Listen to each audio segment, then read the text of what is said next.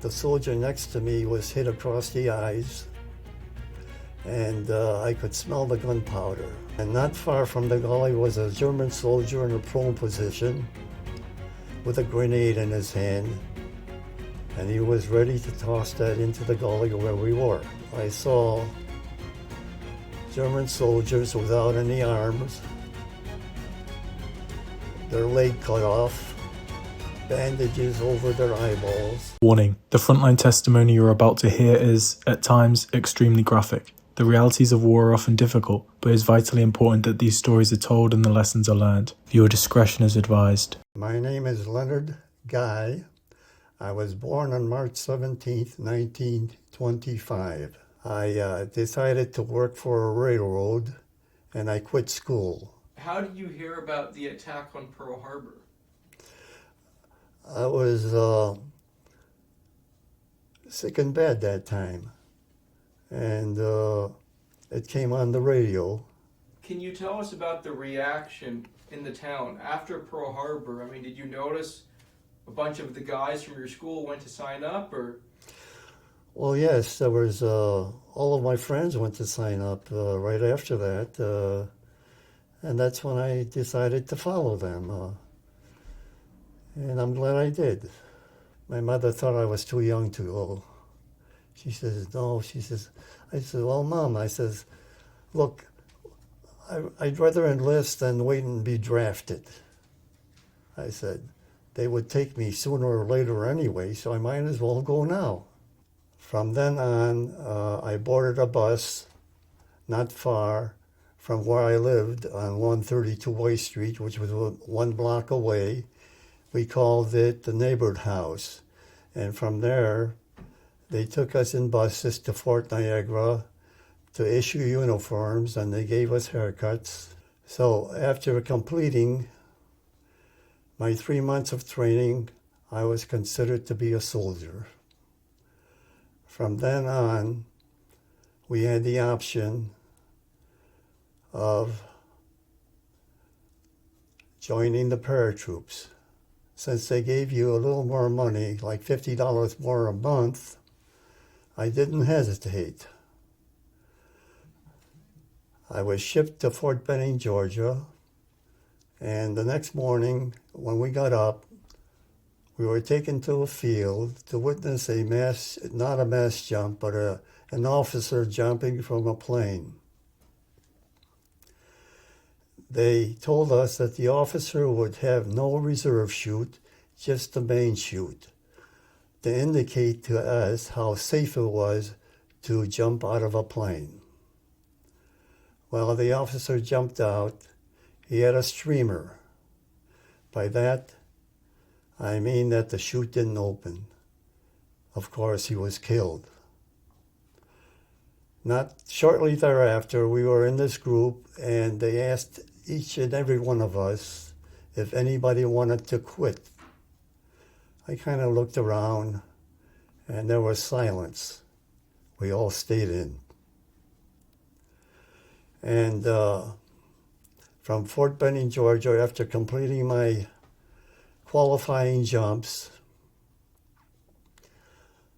I was shipped to Alliance, Nebraska, and before arriving there, they told us that we would be given furloughs to go home.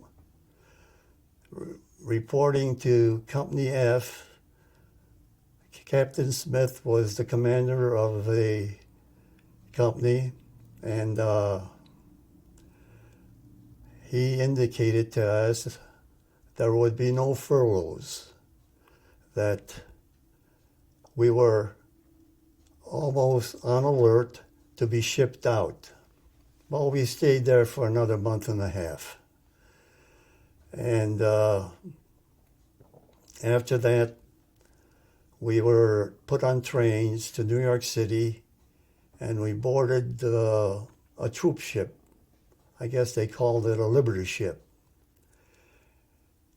And from there, we spent possibly 3 or 4 days on the ocean, fearing German submarines, which were always prowling around.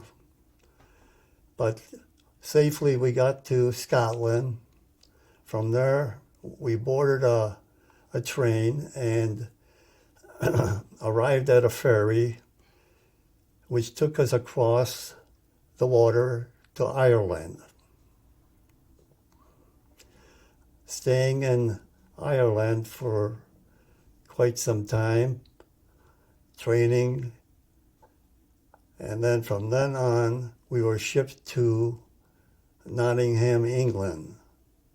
I guess they called that Sherwood Forest. We stayed there, and I remember making a practice jump this one time, coming down, jumping out of the plane and coming down with my parachute open. I almost fell on top of a C-47 flying beneath me. Then we were taken to an airfield in not too far away, and we were put into a large hangar telling us that D-Day was approaching and that we were to get ready. Now, they decided that D-Day was originally be June the 5th. However, because of weather conditions, they decided to cancel it and go for the next day of June the 6th. So on June the 6th, towards the evening part of it, we put on all kinds of equipment. I had bandoliers of ammunition strung across my chest, reserve parachute, my M1 rifle. I had a bag which was filled with ammunition and a gammon grenade and also a anti-tank mine. I guess with all of the equipment on me, I waited more than, I would say that I had more than like 100 pounds of equipment on me in boarding the plane. Getting into formation took a long time when we were in the air, and I imagine flying was rather difficult for the pilots because of so many planes in the sky. And some planes would have no navigators, and if they did have a navigator, it would be ones that didn't have any experience with night flying. So as a result, causing the channel, and once we were over Normandy, they told us to stand up and hook up to a cable and to stand at the door. The green light came on, and that meant that we have to jump out. Jumping out of the plane, I remember it didn't take me long to get to the ground. And I thought to myself, boy, that plane must have been flying low. So I noticed that I had pain in my ankle, and I was trying to get out of the harness of the parachute, and everything was so tight. I reached for a knife in my boot, and I cut the harness, freeing myself from the parachute. And I took the bag and I put it over my shoulders, and I proceeded to jump over a hedgerow. And there I came across another paratrooper who he stayed hidden, so I joined them, and we stayed hidden until dawn. At dawn, we saw a group of men coming across the field. It was our company commander, Captain Smith, and 10 men. So we joined them, and we came upon a gully, and we stayed there for a little while, and there was some more paratroopers across the field. I imagine they were lost. They didn't know where they were going. And one of the officers that was with us said that he would run across the field and direct them to this gully. Captain Smith told me to accompany him and give him cover. So I ran with him, and my ankle was bothering me at that time, and I fell halfway down on the field.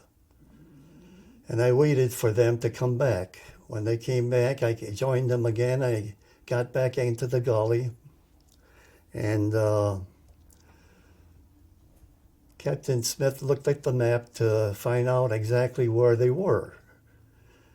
Our mission was to take the town of Emphreyville,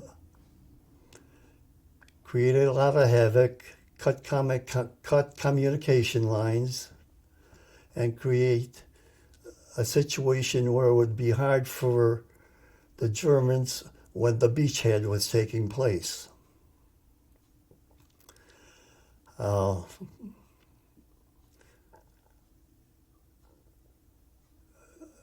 Then the captain looked at me and he said, "Len," he says, "we have to leave you here." He says, "You're only going to slow us up." So he left me there with another soldier. And we stayed there for overnight, and then the next day we saw a jeep coming across the field. We directed them to the gully, and there was a couple more men that we came in contact with that we got directed to this gully. And there was a lot of brush growing around the gully, around the perimeters of it, and it was very well hidden. So this one day, two Germans came along patrolling to investigate the jeep. One of the guys tosses a hand grenade and he kills one. The other German soldier was running across the field, and we missed him completely. Not long after that, we were attacked by a larger force of Germans, soldiers, and they had a machine gun, and they start firing, and I could see that the branches and the trees were coming down above my head.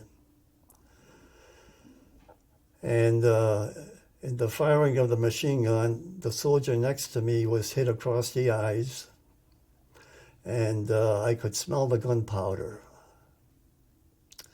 And then another soldier was wounded from the six of us, and then somebody yelled "comrade," which meant to surrender. We came out of the gully, and I thought to myself, gee, I hope they don't start firing at us. And that never happened. And not far from the gully was a German soldier in a prone position with a grenade in his hand, and he was ready to toss that into the gully where we were. At that moment, I knew I was within a few seconds of being dead or wounded. I had these bandoliers of ammunition strapped to my chest, and this one German soldier pulled on them. And that indicated to me that I should take them off and drop them to the ground. So that's what I did. And then we emptied all of our pockets. I had a prayer book, and I mentioned to this one German if I could pick it up. And he nodded, and I picked up the prayer book. Then he said in perfect English to me, "For you, the war is over." I looked at him and I said, "I wish it was over for you too." And from there, they marched us into this barn where other American prisoners were already situated, and they gave me a piece of black bread. And lo and behold, there was a friend of mine from the neighborhood that was in the barn. He was with the 101st Paratroops. And he came over to me. He says, "Hey, Gay." And I said, "Well, Peanuts." That was his name. I guess that was a nickname for him because he always liked peanuts. And I gave him a piece of my black bread, which I kind of wish I had later on. And from there we took a long march the next day and arrived at a monastery. At this monastery, they would give us milk, which was sour, and a little bit of turnip soup, which was very watery, not very nourishing. And we stayed there for 3 days, and I don't remember receiving any food for the next 2 days. And they put us on trucks, and I seem to remember the town of Chalon and Chartres. In the town of Chalon, we were taken to this one prison camp, and then I was selected to go and clean out a warehouse that was bombed, and also to fill in craters that were in the street, which were bombed out. Then in the other, I think was Chartres, I was selected to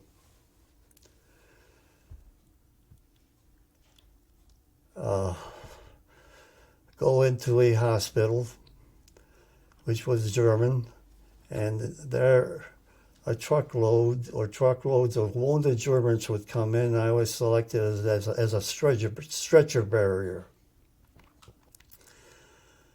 From transporting the soldiers into the hospital, I saw German soldiers without any arms, their leg cut off, bandages over their eyeballs. And looking at that, I kind of felt sorry for them, even though they were the enemy. And this one soldier had his leg cut off above the knee, and they had some kind of a cloth on it, and I noticed a lot of blood coming out of it. It was a terrible sight. And from then on, I remember boarding a boxcar, and that was kind of scary because there was 45 members of us, or 50 of us, POWs, into a boxcar. There was a small bucket at the end of the boxcar, which was used to relieve yourself. A lot of soldiers had dysentery, and a lot of that stuff would spill over. And from then, we arrived in Limburg, and that was a prison camp where we got deloused. And we stayed in this huge tent. We stayed there for a couple of days and then boarded boxcars again. And arriving in Stalag 4B, which was, I believe, in Milburg, Germany. And from that particular prison camp, I was selected to go on a working party. And we got into boxcars again, arriving in the city of Dresden. The city of Dresden was a very beautiful city, very artistic and very cultural. It kind of amazed me to look at a city so beautiful. They put us on a trolley, and then we walked a certain distance into the town of Freitag. And there we climbed a hill to a schoolhouse, a one-room schoolhouse that was used as to keep us locked up. And there was a factory on the bottom of this hill where we would have to work. It wasn't on a daily basis, but whenever they needed us, we had to go in there. And I was given the task of helping a plumber lay gas lines. He had me dig a hole at this one time trying to locate a pipe, which I did. And then I remember at one time there was a truckload, not a truckload, a railroad car that was open, an open box car. And on that open box car were steel bars. And we had already worked 10 hours that day, and they told us to unload the boxcar. We told them we wouldn't do it. We told them that we worked 10 hours, and it's against the treaties to work any longer than that. I don't know if that was right or not, or true, but that's what we told them. And we said, besides that, we knew that the steel was for their war effort. So we pulled a strike. We just didn't do it. Not too long after, a truck pulls up, the tarp goes up, we're staring at a machine gun. And they said, Arbeit, which meant work. We said, yeah. We unloaded the boxcar. And as time went by, there was a bombing of the city of Dresden. There were incendiary bombs and then heavy explosives after that. The whole city was destroyed, and our job was to go into the city and search for the dead.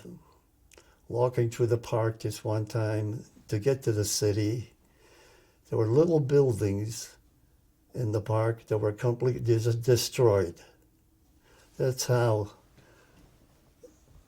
that's how heavy the bombing was.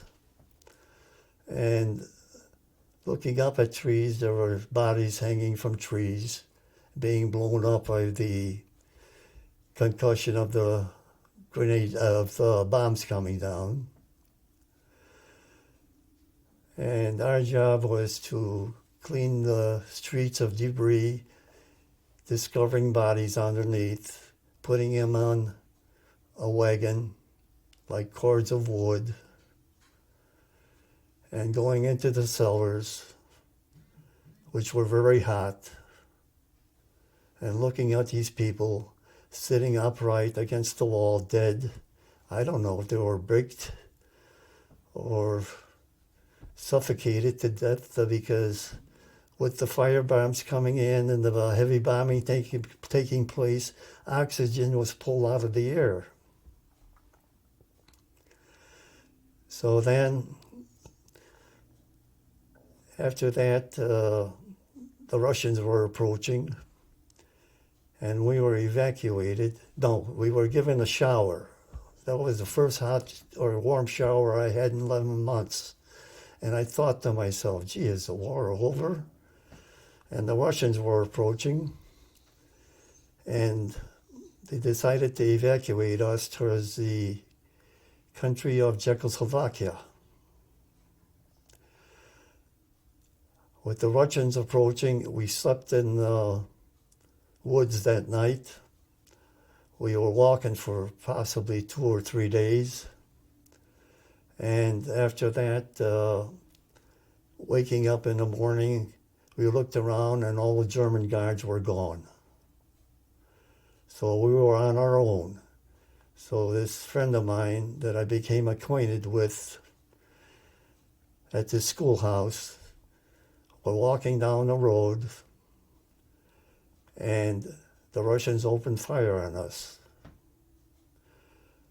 We jumped into a ditch alongside of the road, and I said to my friend, we better get into that house across the street, and in case they start shelling. So we ran across the street, and they opened up on us again, missing us completely. We got into the house, and there was a family there, and we got into a cellar, which was much of a cellar. It was just a stairway going down to a blank wall, and there was a mother and father, and I noticed a German soldier there, which was a kid, about 12 or 13 years old, in full German uniform. We indicated him to take his uniform off, otherwise he wouldn't be safe from the Russians. So we stayed there the night, and then after that, we came across,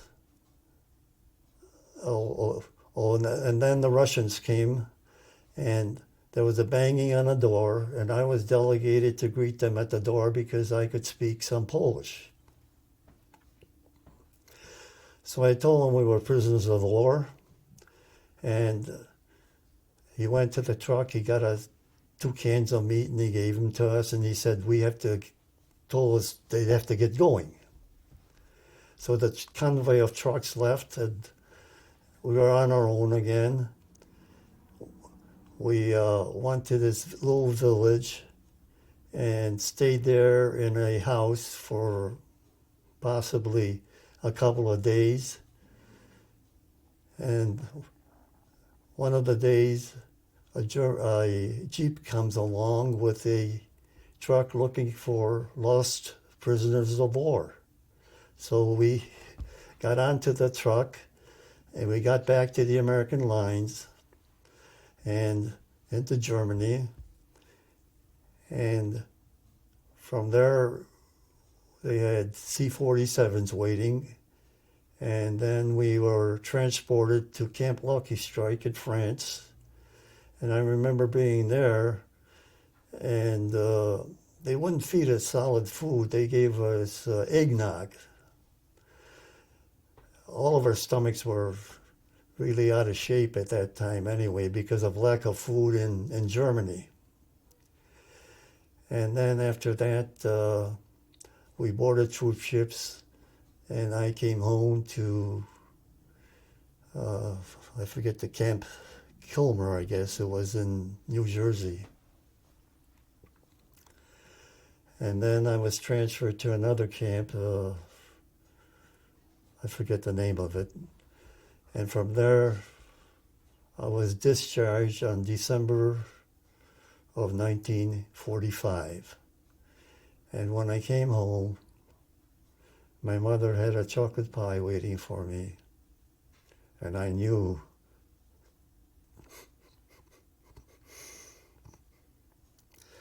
I was finally home.